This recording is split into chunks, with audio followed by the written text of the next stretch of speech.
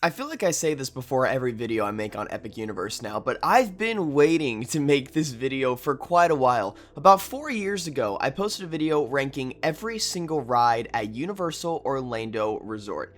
And let's just say, a redo is long overdue. Back then, we had attractions like Villain Con and even Velocicoaster weren't even open, and I made some downright heinous decisions. Like, I think I put Cat in the Hat over the Incredible Hulk, so it's definitely time for a fresh list. And this time, I'm not just re-ranking all of the rides, I'm also adding the brand new attractions from Universal's new park, Epic Universe. I've luckily been able to ride all 11 of the attractions in that park, so with 41 attractions in total, it's time to officially rank every ride at Universal Orlando Resort. Before we dive in, a few ground rules. Attractions that barely qualify as rides won't be included, so no shows like the Born Stuntacular or Laser Garganue. I'm also going to be leaving out mini games like Bowser Jr. Shadow Showdown since that is not considered a ride. And the Hogwarts Express will not be on this list since it's more of a transportation unit than a true ride and attraction. So with that out of the way, let's get to ranking.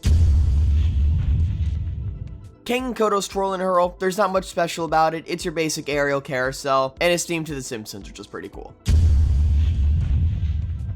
One Fish, Two Fish, Red Fish, Blue Fish, again, your classic aerial carousel, Dumbo style type ride, has a catchy soundtrack and a unique theme. I love the wacky queue. I just hate how soaked you get on this ride thanks to the water blaster surrounding it.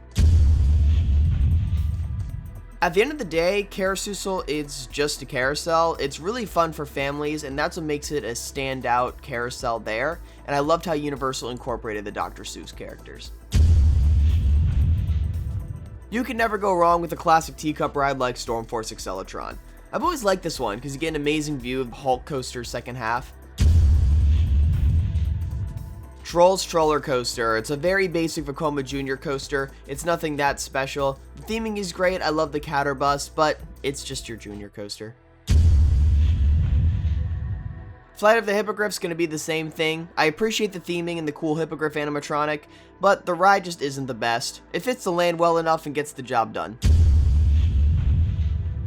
Fire Drill's the only ride at Epic Universe I really didn't vibe with. It looks great, awesome vehicles, and a fun rough nut and tough nut theme, and it's nice having a water ride for those brutal Florida summers, but the experience itself just falls flat.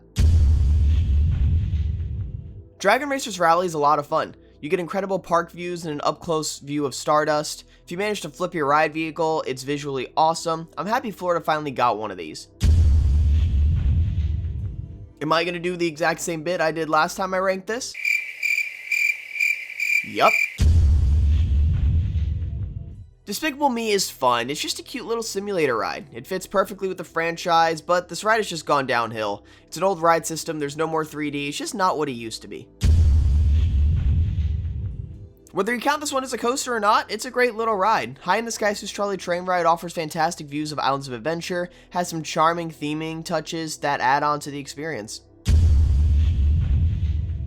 Constellation Carousel is honestly a marvel. The stunning dome that surrounds it makes you feel like you've stepped into a dream. It feels like you're gliding through a peaceful celestial journey. It can also feel like a cosmic dance party depending on the soundtrack. It's just a beautiful, one-of-a-kind attraction. The rarest coaster credit in the land, Pterannodon Flyers. Super fun, relaxing ride with great views, and a swinging sensation that makes it unique. I haven't been on it since 2011, but I still remember my rides clearly. Universal has one of the best water collections out there, and Popeyes is no exception. Even though it's my least favorite of the three major water rides, it's still fantastic. One of the longest, best themed River Rapids rides I've been on, and trust me, you will get absolutely drenched. An outstanding log flume with great theming, amazing drops, and stunning views. It checks all the boxes: long ride time, great storytelling, and lots of thrills. The first drop will soak you, and that final drop combined with a surprised airtime hill is super fun. While Dr. Doom may not be the best SNS tower out there, it's still a blast. The launch pack's a real punch, the first drop is super fun, and the views you get, whether it's over Islands of Adventure or the greater Orlando area, absolutely breathtaking. Race Through New York starring Jimmy Fallon. This ride is one of the weirdest storylines ever, but it's a lot of fun. The queue is really nice, and the ride itself is surprisingly good. It's probably the highest quality simulator the park has to offer. I know a lot of people who aren't the biggest fan of Minion Blast, but I personally enjoy this attraction. Sure, you could argue if it's a real ride or not, but the concept is different. The high definition screens look fantastic, and the competitive element adds a fun twist, and it rarely has a long wait, making it a perfect little break during your day. The Simpsons Ride is themed to The Simpsons, so naturally I'm a fan, but it's definitely one of the weaker simulators in the park. It just is really in need of an update to stay competitive with the newer rides. You can't go wrong with the classic dark ride, and look no further than Cat in the Hat. It's super nostalgic, and the iconic narration and storyline just make it a blast. It's one of those rides where you can't help but laugh and quote along the whole time. I personally think Skull Island Reign of Kong is one of the more underrated dark rides in the park. It's not perfect, but the facade and queue area have some of the best themed areas I've ever seen. Plus, the massive Kong animatronic at the end is hands down one of the most impressive figures I've encountered on any ride. Yoshi's Adventure is pure wholesome fun. You can't go wrong with a well-executed Omnimover, and it's awesome that Universal finally has one. Sure, it's a bit short, everything else is top-notch. Charming scenes, gorgeous use of Nintendo World, and tons of adorable animatronics. The built-in egg hunt minigame is a clever bonus. It's just the definition of a fun attraction. What an amazing coaster. The fake track effect is unbelievably convincing, and I had my doubts when it was first announced, but seeing it in person completely changed my mind. This ride's pure genius. Great animatronics, great launches, and wild jump track moments. Minecart Madness constantly keeps you on your toes. While a lot of people praise Harry Potter and the Escape from Gringotts, I've never been the biggest fan. The coaster sections are pretty underwhelming, and I'll give it credit, the theming is incredible. It's a great overall experience, it's just never been one of my personal favorites. I'm a huge fan of interactive dark rides, and Men in Black is without a doubt my favorite. The queue is great, the sets are massive, and the experience is just a blast from start to finish. The spinning adds another layer of fun, and I love seeing all the props and scenes throughout the ride. Curse of the Werewolf might just be Epic Universe's hidden gem. Its biggest flaw is its short length, but aside from that, it delivers in a big way. The launches have a nice little kick, thrilling but not overwhelming, and the swing launch is a highlight. The werewolf interactions throughout the ride add great energy, but once you blast out that swing launch, it's a full-blown powerhouse. This coaster's a seriously underrated thrill. Hiccup's Wing Gliders is the best family coaster at Epic. It's the perfect example of how to design a family ride right. The onboard audio perfectly matches the vibe, the show scenes before each launch are impressive and help the narrative, the layout is smooth, fun, and even throws in a few surprises. It's thrilling without being overwhelming. It's a perfected version of basically all of the family coasters in the Orlando area. Just a really well-rounded ride. The oldest ride on the list, yet it's one of the best. E.T. Adventure has that weird, charming quality that somehow just works. The old school effects are super dated, but that only adds to the experience. By all logic, it shouldn't hold up in today's theme park world, but for some reason, it absolutely does, and it's just pure fun. My personal favorite water ride and my guilty pleasure of Universal. Jurassic Park River Adventure is packed with incredible theming as you cruise past dinosaurs on a slow, suspenseful journey, until that massive final drop. That plunge is one of the wildest moments on any water ride, delivering great airtime. Depending on your luck, you'll either walk away soaked or just lightly misted, but either way, it's one of the best. There's no denying the Incredible Hulk coaster is intense. That launch is incredible. The soundtrack pumps you up, and the ride is pure chaos from start to finish. It is a wild, high adrenaline ride that's just so much fun. Revenge of the Mummy is a phenomenal coaster that blends practical effects and coaster thrills perfectly.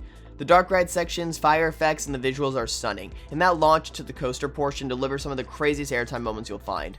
It's fast, it's thrilling, it's easily one of the best indoor coasters anywhere.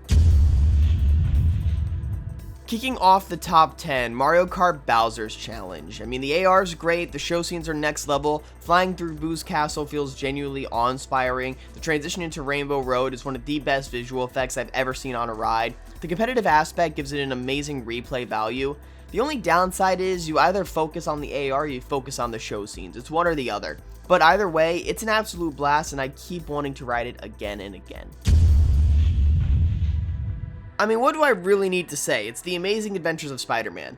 The ride still has some of the best effects out there. The way the vehicle moves and interacts with the physical sets and screens, it's incredible. It's a timeless attraction that set the gold standard for media-based rides, and it still holds up beautifully today.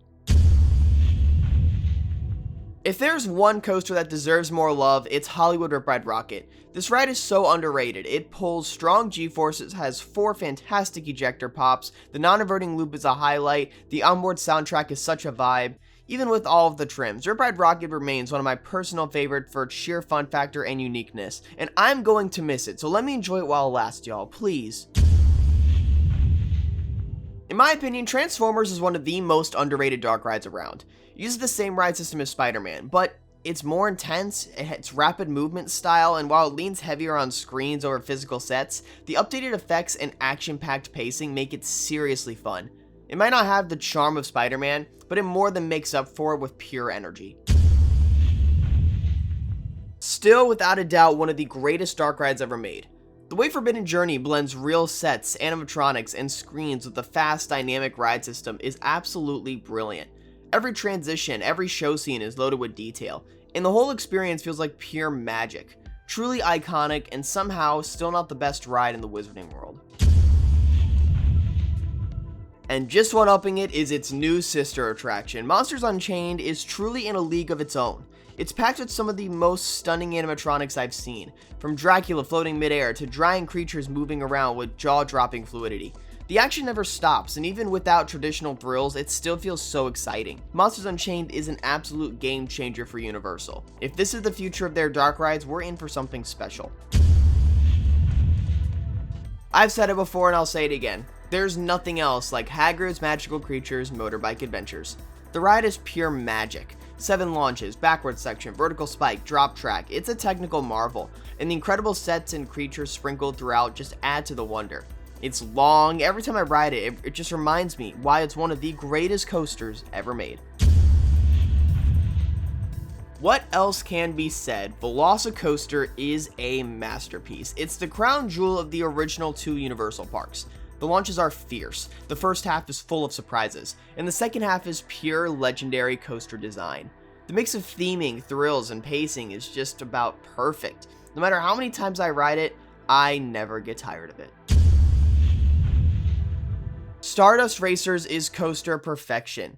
Mack Rides absolutely nailed it here. It's intense without being overwhelming, packed with action and visually stunning from beginning to end. The Celestial Spin is one of the coolest coaster elements ever created. You literally race and twist around the other train midair. My jaw dropped the first time. From the wild opening launch to the relentless second half, the coaster never lets up. It's not just great, it's one of the best coasters in the world. I honestly didn't expect this to be my number 1, but here we are. Harry Potter and the Battle at the Ministry is pure wizarding magic. The screens are beyond hyper-realistic, and when paired with the revolutionary ride system, it genuinely feels like you're part of the action. The animatronics, especially the Death Eaters, are jaw-droppingly lifelike. I seriously thought they were real people at first. With massive 8K screens, enormous sets, and a thrilling ride experience, it checks every box. Plus, the queue might be the best ever built. Battle at the Ministry is more than a ride, it's an experience, and easily my favorite attraction at Universal Orlando. And there you have it, every single ride at Universal Orlando Resort ranked. Let me know down in the comments section below what some of your favorite rides are, and if you've had the chance to visit Epic Universe yet. I'd love to hear your thoughts. I read and appreciate every single comment, and also if you enjoyed the content I'm putting out, it would mean so much to me if you just hit that like button and subscribe. It's the best way you can support us here at Theme Park Hunting. We've got a full detailed review of Epic Universe coming soon, and you are not going to want to miss out on that. So with that, this is Hunt from Theme Park Hunting, and I will see you all later.